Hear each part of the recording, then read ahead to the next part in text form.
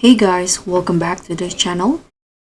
So if you're getting the annoying error 182 message when trying to install or update your AMD drivers, don't worry, I've got you covered.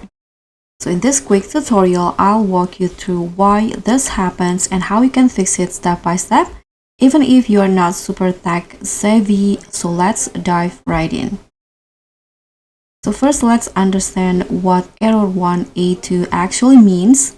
So this usually happens when your system cannot properly detect your AMD graphics card, either because you are using a laptop with integrated Intel or NVIDIA graphics instead, or your AMD driver installer doesn't match your hardware, or maybe your graphics card drivers are corrupted.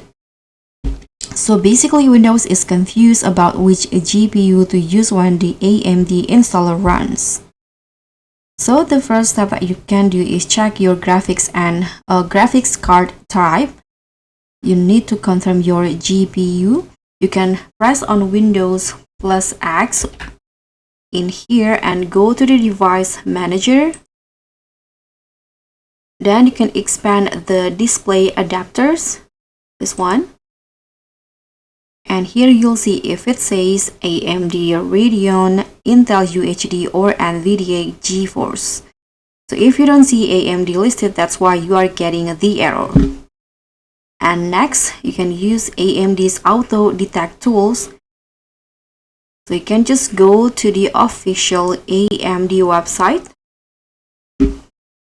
and just go to this to the page in here.